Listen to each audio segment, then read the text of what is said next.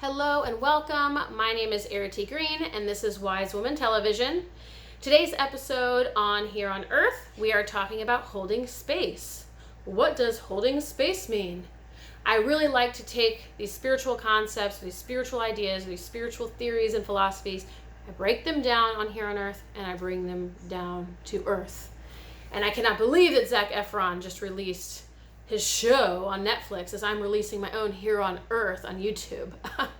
Obviously, I'm kidding.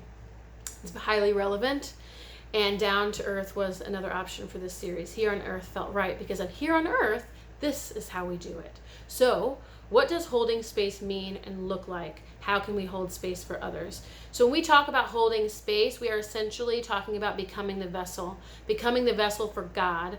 We are essentially releasing any parts of us that relate to a particular identity or relate to a particular worldview or relate to a particular way of doing things or relate to a particular pattern or opinion or anything that could prevent us from being fully present and available and receptive to someone. We are essentially releasing our ego identity in that moment or for that series of moments to be completely present as our high self, true self, God self, identityless self, so that we can be, again, that vessel for the divine. So when we go into a situation as myself, Errity, or yourself, whoever you are, and we go in there with our opinions, our assumptions, our ideas, what we think should happen, what we think shouldn't have happened, so on and so forth, things can get really messy and convoluted, and we may not be of service to that person or of high service to that person. We can be. Some people want that, right? They want you to sort of play the human, kind of be like, I'm going to do this to so-and-so, and I can't believe they said that, and da-da-da-da, and this is what we're going to do about it, right? So some people like that. They like receiving that drama and that, like, true validity or validation that comes from someone really meeting you at the level of your human. And so that's valid, right? There might be a part of each of you who are watching this who like that. I know at times I don't want anyone to hold space for me or to give me any spiritual wisdom. I just want them to be like, you know what? That fucking sucks. That fucking sucks. And that can be holding space, by the way. However, all of that to say, when we are rooted from a place of our own identity, our own expectations, assumptions, and so on, we can find ourselves in a place of judgment where we are unable to fully meet someone where they are at.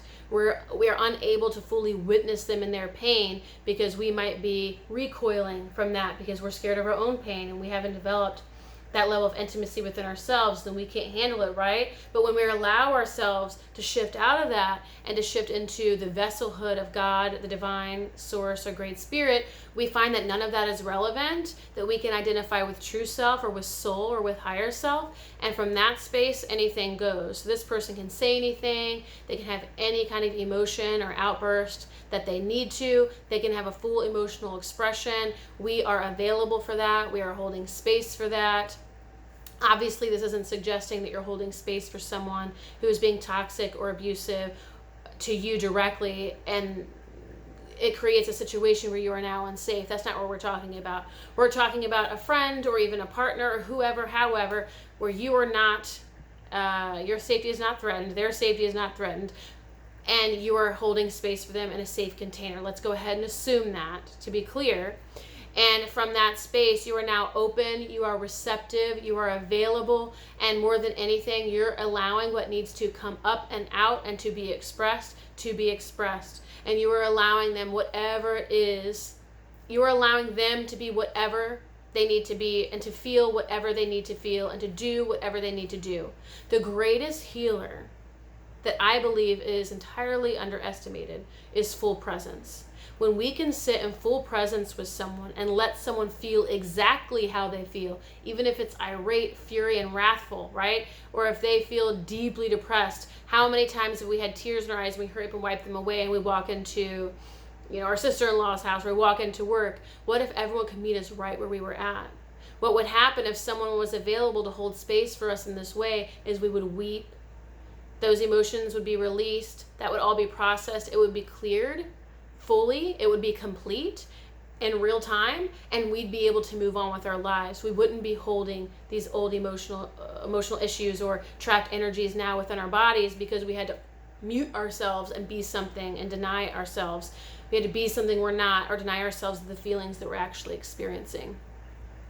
So when someone holds space for us, we allow ourselves to be how we are, to feel how we want to feel, or how we feel, and to express ourselves in whatever way we need to. And that person simply holds space for the full expression of who we are and where we are at in that moment. Holding space is meeting someone right where they're at. And from that place, if anything does want to come up in terms of what you might contribute as a space holder, it's going to come from a place of truth, of highest alignment, of deep spiritual wisdom. It's going to come from a place that is uninhibited and unobstructed by ego or ego agenda. It's not going to be colored or painted or filtered by judgment. So it's going to come from a much clearer and more loving and pure place for that person. So let's just say they do want something from you. They've asked for your advice. They've asked for your opinion. They're saying, I no longer want you to be a space holder. I actually want you to say something, because some people really want that, right? I want your validation. I want your acknowledgement. Can you just tell me everything is going to be okay? Then as the space holder, now that you've been given that permission or that invitation, now you're able to offer something that is likely going to be significantly more meaningful and significantly more pure and loving and supportive, and exactly what they need right where they're at, because you are fully tuned in, you are fully anchored, you are fully connected, and you have availed yourself to your highest wisdom, the truth of you, the part of you that is unobstructed by the world out here, all the judgments or expectations and all the things that we kind of get clouded with, because you've let all that go.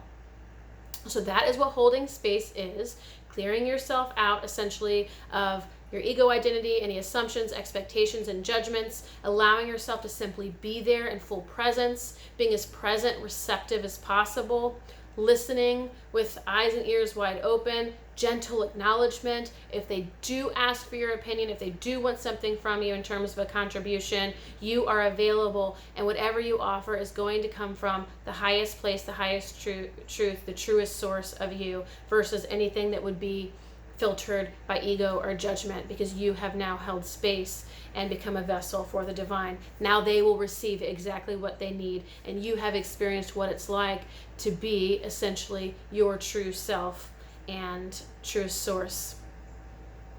All right, with that, I look forward to seeing you next week. Thank you.